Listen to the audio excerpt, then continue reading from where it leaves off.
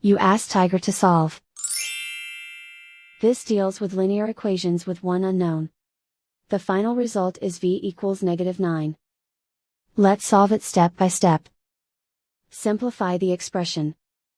Simplify the arithmetic. Isolate the v. Divide both sides by -8. Cancel out the negatives. Simplify the fraction. Move the negative sign from the denominator to the numerator. Find the greatest common factor of the numerator and denominator.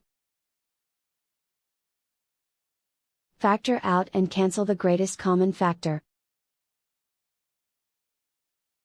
And so the final result is v equals -9.